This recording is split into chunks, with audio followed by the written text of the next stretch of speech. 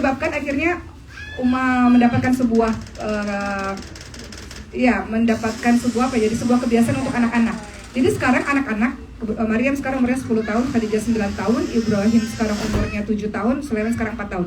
Sekarang anak-anak nyari, kalau nggak kedengaran Quran dia nyari, gitu. Dia nyari. Kita pergi ke berbagai macam tempat, ke berbagai macam negara manapun itu. Kalau dia nggak bawa speaker kesayangannya, dia akan nyari. Atau dia kadang-kadang dia terganggu, kalau di handphone kadang-kadang suka ada iklan dan sebagainya, agak terganggu gitu. Jadi speaker Qurannya itu nggak boleh ketinggalan. Karena dia akan nyari sebelum dia tidur, mana Qurannya. Jadi sekarang selalu begitu, mana Qurannya, Qurannya mana. Jadi dia ketergantungan telinganya itu untuk selalu dengar Quran. Karena itu dimulai dari awal sebenarnya gitu. Nah, singkatnya pada saat itu Uma berpikir, ketika Uma hamil, Uma berpikir, saya harus tinggal di lingkungan Quran. Kalau saya pengen anak-anak saya anak-anak Quran. Masalahnya Uma tinggal di Bintaro, Tangerang Selatan, yang pada saat itu Uma belum ketemu wilayah kampung Quran, belum ketemu, yang sekitarnya Quran belum ketemu. Akhirnya Uma berpikir, saya harus buat nih. Kalau nggak ada di tempat itu, ya kita harus buat. Kita harus menciptakan lingkungan itu. Dan Uma nggak bisa kalau sendirian. Uma perlu lingkungan itu. Akhirnya terciptalah Maskanul Hufat. Maskanul Hufat itu tercipta gara-gara pengen hidup dikelilingi oleh orang-orang Quran.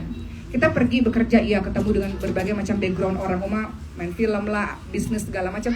Ketemu dengan orang yang beda-beda, tapi kalau pulang harus ketemunya sama lingkungan Quran. Dan karena nggak punya lingkungan itu, akhirnya mau buat sendiri. Akhirnya pada saat itu Maskanul Hufat berdiri, sekarang udah ke-8 tahun alhamdulillah. Maskanul Hufat berdiri pada saat itu dimulai dari rumah Quran yang saat ini sudah jadi pesantren Quran alhamdulillah. Itu semata-mata salah satunya karena ingin menciptakan lingkungan Quran dan pengen anak-anak tinggal di lingkungan yang semuanya Quran gitu. Sebelumnya Mama ingin cerita dulu sama teman-teman semua, kenapa Mama tiba-tiba kepikiran pengen anak-anak hidup di lingkungan Quran. Karena waktu zaman-zaman Uma S1, masa-masa umur 18-19 tahun, itu Uma pernah tinggal di Baitul Quran. Jadi Uma kuliah di UI Depok pada saat itu, ngambilnya sastra Belanda, jauh banget ya, sastra Belanda, tapi kemudian pulangnya tinggalnya di Baitul Quran. Jadi pengalaman itulah yang membuat akhirnya rindu dengan suasana orang-orang Quran. Bagi Uma, orang-orang terbaik, ya semua orang baik, alhamdulillah. Cuman orang terbaik yang harus berada di circle terdekat itu harus orang-orang Quran, yang tiap harinya bersama dengan Quran. Jadi kalau kita belok dikit, kita jadi cepet balik ke relnya gitu. Nah, singkatnya ya sudah, anak-anak tumbuh dan hidup bersama dengan kakak-kakaknya yang tinggal dan tidur di pesantren itu, alhamdulillah. Sehingga anak-anak tidak melihat yang lain-lain kecuali Quran di lingkungan rumah. Kemudian berikutnya, yang Uma lakukan adalah pilih sekolah. Semua orang punya targetnya masing-masing ya teman-teman semua. Kita lihat para ulama kita, Ustazah juga tadi mengatakan ulama-ulama kita dari kecil hafal Quran 30 juz. Cuman Uma memang nggak apa-apa sedikit berbeda, boleh nggak? Boleh ya sedikit berbeda ya. Itu bagus banget, Masya Allah. Hanya saja di satu sisi Uma merasa agak kesulitan karena Uma ingin anak-anak belajar yang lain-lain juga. Terutama Uma agak concern juga dengan urusan olahraga. Jadi Uma cukup kencang juga dengan urusan olahraga untuk anak-anak. Jadi harus dalam tiap hari ada waktu yang disisihkan buat dia sejam 2 jam untuk olahraga gitu. Karena itu habit yang Uma ingin bawa sampai dia besar. Bahwa olahraga itu nggak boleh ditinggalin dalam 1 hari pun. Siapa yang nggak olahraga? Ya. Jadi itu habit yang Uma mau tanamkan ke anak-anak. Kemudian Quran penting, cuman Uma nggak buat Quran itu jadi 24 jam atau jadi sekian belas jam, itu enggak. Ada beberapa teman yang memilih itu juga bagus, luar biasa, Masya Allah, mengikuti jejak para ulama. Tapi karena Uma berpikir bahwa mungkin karena Uma dibesarkan dari belajar ilmu umum mungkin ya. Karena kan Uma belajar pendidikan umum, pendidikan anak usia dininya ilmunya umum gitu, bukan ilmu agama gitu. Jadi agak combine, di kepala Uma agak combine. Nah, dalam pendidikan ilmu umum, mohon izin kalau agak berbeda sedikit ya teman-teman semua, tapi Uma tidak meninggalkan Quran sama sekali. Dalam setiap hari harus ada 2 jam untuk Quran. Tapi Uma nggak menjadikan Quran itu 10 jam, 15 jam di masa kecil anak-anak gitu. Nah, itu pilihan aja sih, menurut Uma itu pilihan. Ada yang teman-teman memang targetnya umur 7 tahun harus 30 juz, itu bagus, Masya Allah, kagum sekali gitu. Tapi ada yang sebagian orang ada yang berpikir bahwa Quran itu harus, tapi harus ada waktu untuk yang lain-lain juga. Nah, kalau Uma pribadi memilih untuk Uma pengen explore anak Uma ini ada di mana sih yang dia senang banget gitu. Karena mohon maaf kalau masalah ya teman-teman semua. Dari yang Uma pelajari di kampus, anak-anak usia dini kan usia golden age ya, usia-usia emas ya. Dimana ketika kita memberikan berbagai macam pengalaman pembelajaran, otak-otaknya kan rimbun banget tuh. Nah, Uma pengen tahu potensi anak Uma tuh ada di mana sih gitu, supaya Uma bisa tahu lebih awal dan bisa diasah dan bisa diarahkan. Jadi jangan kayak Uma, karena Uma itu ilmunya belok-belok gitu. Karena Uma nggak tahu, Uma tuh ada di mana sih sebenarnya, nggak tahu. Jadi nggak ahli di bidangnya. Iya, banyak belajar banyak hal. Bayangin, Uma S1 sastra Belanda, S2 pendidikan anak usia dini, S3-nya dakwah, S3 satu lagi tafsir, sekarang ambil sulutin, nyambung lah dikit ya. Cuman ilmunya agak kemana-mana gitu, nggak mendalam gitu. Nah, Uma nggak pengen itu terjadi sama anak-anak Uma. Uma pengen dari kecil Uma tahu anak-anak Uma tuh adanya di mana sih gitu.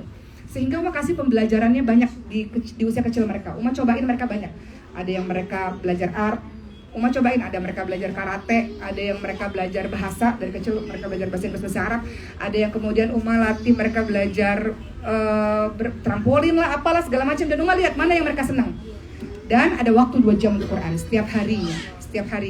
Nah, dengan agenda yang padat itu otomatis tidak bisa dalam usia kecil sekali hafal 30 juz Al-Quran, karena Uma berpikir nggak apa-apa biar dia coba dulu berbagai macam ilmu-ilmu lainnya. Nah, ini pilihan ya teman-teman, semua pilihan. Teman-teman yang merasa bahwa aku mau anak aku 30 juz dari kecil, itu bagus, Masya Allah. Tapi ada lagi sebagian keluarga yang memilih untuk nggak apa-apa, anak-anak bisa kok nanti di usia berapa belas tahun gitu sambil belajar ilmu-ilmu lainnya gitu. Nah, dari ketiga anak Uma ini akhirnya Uma lihat mana yang suka sains, mana yang suka seni, mana yang suka olahraga, itu beda-beda anak-anaknya. Tapi semuanya harus bersama dengan Quran. Jadi intinya ingin Uma sampaikan pada teman-teman semua, betul-betul mengajarkan Quran. Kalau Uma belajar dari pengalaman, bukan dari keilmuan ya teman-teman semua. Yang itu keilmuan Ustazah Ida, Uma juga pengen belajar dari Ustazah Ida. Dari pengalaman Uma, anak-anak mulai disiplin belajar Quran itu dari umur 2 tahun.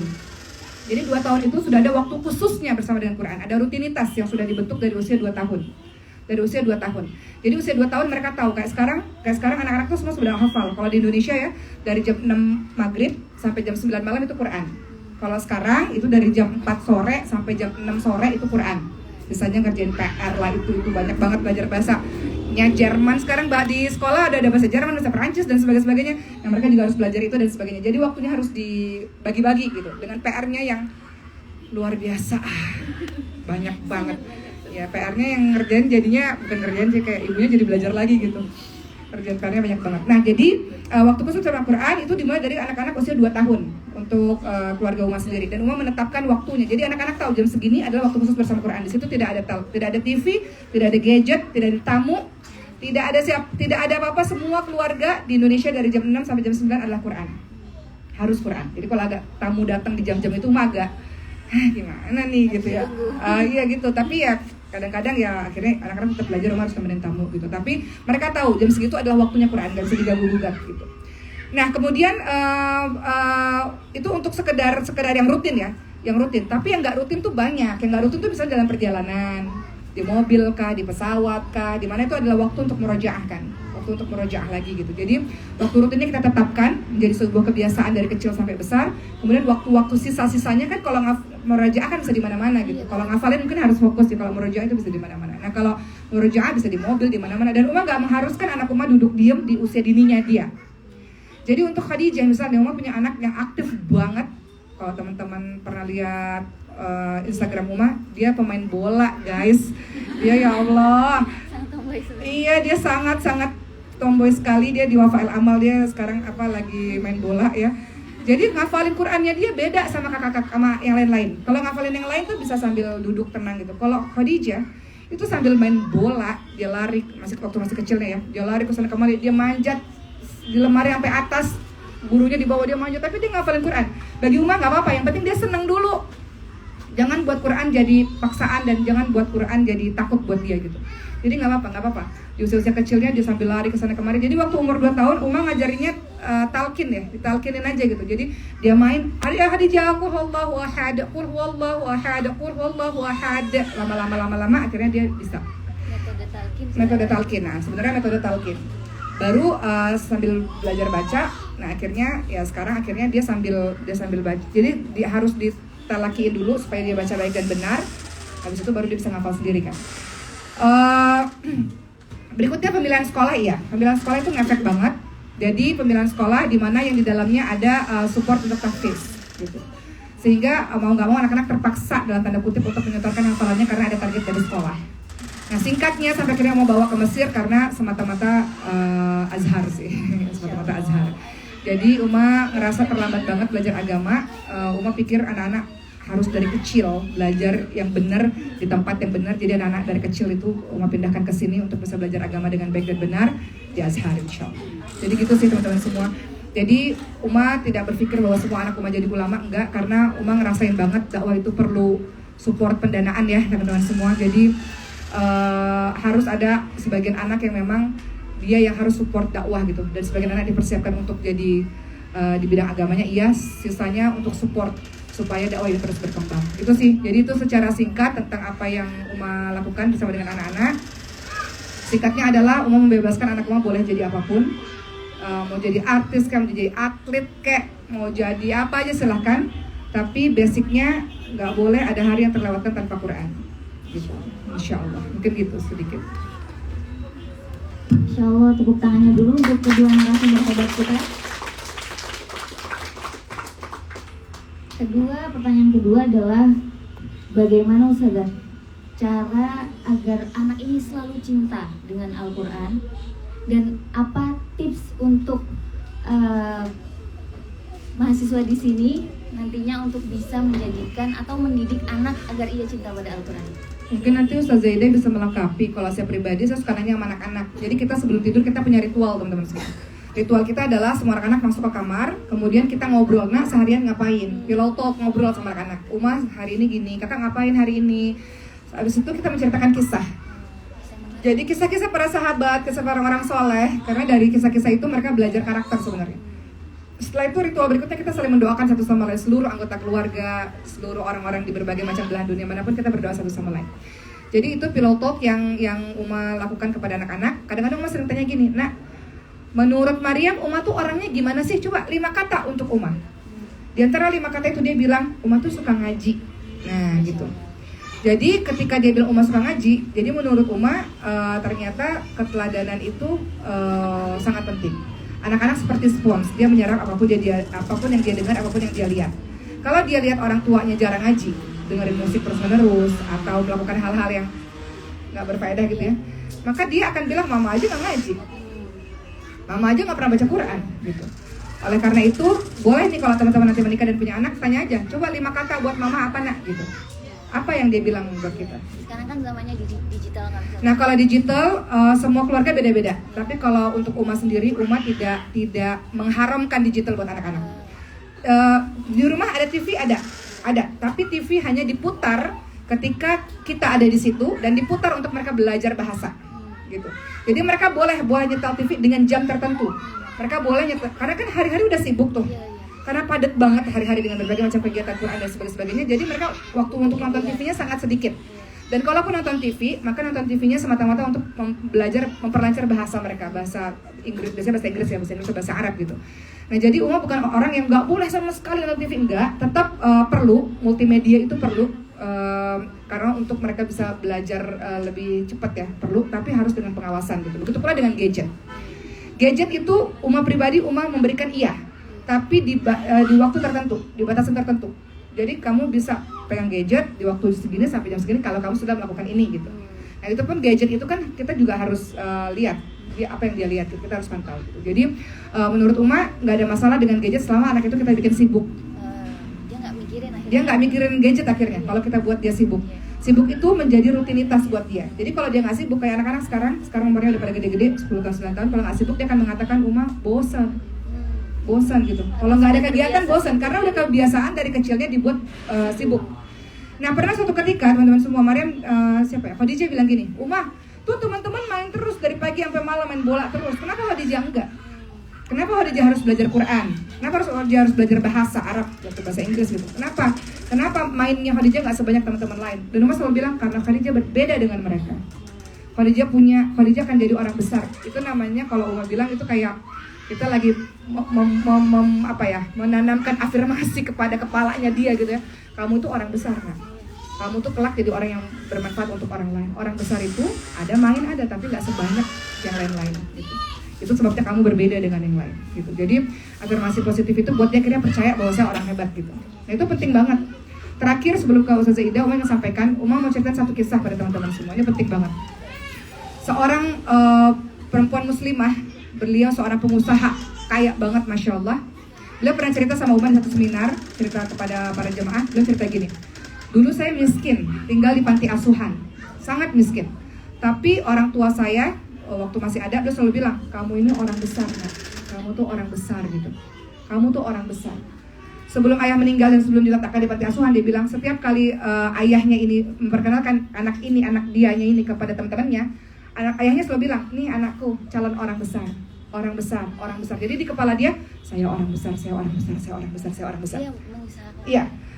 Ketika di kupingnya dia selalu ingat kata ayahnya, saya orang besar, saya orang besar. Ketika dia di panti asuhan dan dia hidup sangat susah dan mengalami berbagai macam kejadian hidup yang susah, dia selalu bilang, saya orang besar, saya orang besar, saya orang besar, saya orang besar. Dan dia percaya dia orang besar. Sampai ketika besar, dia betul-betul jadi orang besar. Kenapa? Karena dia percaya dia orang besar. Karena sejak kecil ayahnya menanamkan dia orang besar. Sama seperti orang tuanya Muhammad Al-Fatih. Kamu ini yang membebaskan Konstantinopel. Nah, kamu yang membebaskan Konstantinopel. Kamu orang yang disebut oleh Nabi di dalam perang Azhab dan sebagainya. Kamu orangnya, kamu orangnya. Akhirnya dia percaya bahwa beliau orangnya. Nah, itu yang akhirnya umat tanamkan kepada anak-anak. Kenapa yang lain main terus-terusan? Nggak ada batasnya. Kenapa Khadijah kalau main cuma 2 jam dibatasin gitu, nggak bisa sembarangan, habis itu harus belajar Quran segala macam. Dan Mas selalu bilang karena Khadijah calon orang besar. Orang besar itu berbeda dengan yang lain. Orang besar itu ada waktu dia untuk Quran, ada waktu dia bermain, ada waktu dia untuk beribadah dan sebagainya gitu. Jadi itu sih teman-teman semua. Jadi mohon doanya aja, sampai hari ini masih struggle juga, masih berjuang juga. Ya mohon doanya ya, semoga nasihat. Apa nih? Enggak lah, yang lain pada hebat-hebat, Masya Allah. Nasihat apa nih maksudnya? Dan nasihat biar bisa mendidik anak usia dini dengan takdirnya itu. Minta sama Allah. Kelihatannya sederhana ya, tapi itu yang paling penting. Dan doain tiap hari anak itu. Jadi Uma tadi bilang sebelum Uma tidur, kita selalu berdoa bareng-bareng. Dan doa itu didengarkan oleh semua anak. Ya Allah, jadikanlah Maria menjadi hafizah ya Allah. Ya Allah, jadikanlah Maryam jadi orang yang besar, bisa bantu banyak orang ya Allah. Terus si Khadijah bilang, Khadijah juga dong Uma, doain jadi orang kaya. Ya Allah, semoga Khadijah jadi orang kaya yang bisa bangun pesantren ya Allah, bisa bangun masjid ya Allah, bisa bantu orang banyak ya Allah. Jadi mereka dengar itu. Bayangin tiap malam mereka dengar, oh ya saya orang hebat, saya orang yang punya rezeki yang banyak, bisa bantu banyak orang. Itu bayangin bertahun-tahun kalau dia dengar itu, dia percaya nggak diri dia begitu? Percaya. Uma pada suatu ketika Uma pergi safari dakwah, terus Mbak Uma di rumah ngerekam. Si Khadijah lagi berdoa, persis doa yang Uma ucapkan setiap malam. Ya Allah, jadikanlah kakak Maryam, ya Allah jadikanlah Ibrahim, ya Allah jadikanlah Khadijah, ya Allah. Ya Allah tolonglah nenek saya, ya Allah tolonglah itu. Karena kenapa? Tiap malam diulang-ulang doa itu. Jadi dia hafal doa itu, kayak gitu. Nah, mungkin yang ingin Uma sampaikan pada teman-teman semua, minta kekuatan sama Allah supaya teman-teman bisa jadi contoh yang baik untuk anak-anak teman-teman semua. Minta kekuatan sama Allah supaya Allah kasih terus semangat buat belajar terus. Karena terus terang Uma sampai hari ini terus minta sama Allah, ya Allah kasih saya semangat belajar dong ya Allah. Jadi kalau kadang-kadang Uma futur, kadang iman rendah gitu atau malas, Uma tuh berdoa takut gitu, ya Allah kasih dong semangat biar terus semangat untuk belajar, terus kamu biar bisa terus belajar gitu. Jadi minta terus aja sama Allah. Dan setiap anak itu berangkat sekolah ya doa di atas ubun-ubunnya, Allah mafaqihu fiddin wa alim ta'wil gitu. Jadi doa untuk anak-anak yang dia dengar maupun dalam kesendirian itu penting. Kemudian buat kurikulum pendidikan untuk diri kita dan untuk anak-anak kita, tambah ilmu terus untuk kita. Karena ibu yang hebat bukan untuk menyaingi laki-laki, bukan, ibu yang hebat untuk mendidik anak-anaknya menjadi anak-anak yang hebat. Jadi nggak perlu cari-cari orang di luar sana yang susah, ibunya sendiri udah hebat untuk bisa mendidik anak-anaknya, insya Allah gitu. Insya Allah gitu ya teman-teman semua. Jadi mudah-mudahan di masa-masa muda ini waktunya banyak belajar supaya nanti bisa diaplikasikan ketika teman-teman punya anak, insya Allah, insya Allah. Tepuk tangan untuk Ustazah Oki. Insya Allah banyak sekali ilmu dan manfaat yang bisa kita ambil dari Ustazah Oki. Kisah-kisahnya yang sangat inspiratif, menarik sekali. Insya Allah semoga kita diberikan dan dikuatkan oleh Allah untuk bisa menjadi ibu-ibu yang hebat, yang bisa mendidik anak menjadi anak hafidhah yang sangat pantas di bidangnya. Amin, amin, Allahumma amin. Setelah itu kita istirahat sholat. Udah Ustazah mau ini Ustazah mau ini? Iya. Ustazah isi aja dulu nggak? Langsung sholat. Apa sholat dulu? Terserah pada itu. Ustazah isi aja dulu. Soalnya mau ini dengerin. dengerin. Dengerin. Pengen belajar. Selanjutnya Ustazah Ida Ustazah, bagaimana Ustazah agar bisa mendidik anak di usia dini sudah menghafal Al-Quran dan cinta kepada Al-Quran?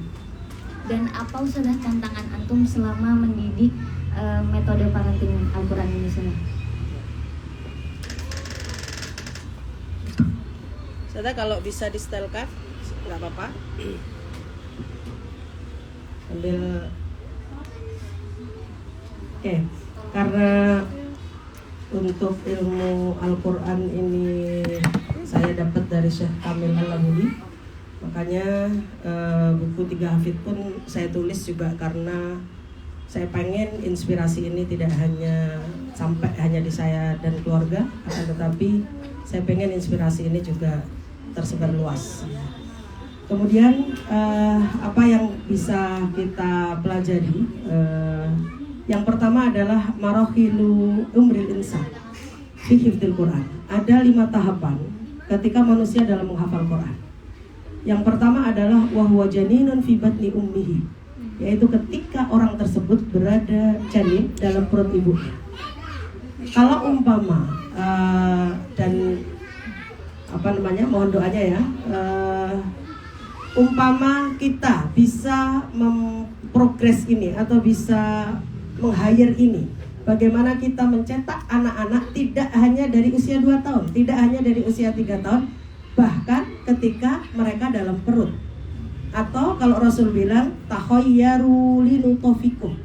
Jadi kalau mbak-mbak, mas-mas sebetulnya ketika sebelum menikah disuruhnya apa? Disuruh memilih nutfah yang akan masuk ke rahim kita siapa. Itu sudah Rasulullah sudah kasih tahu itu gitu.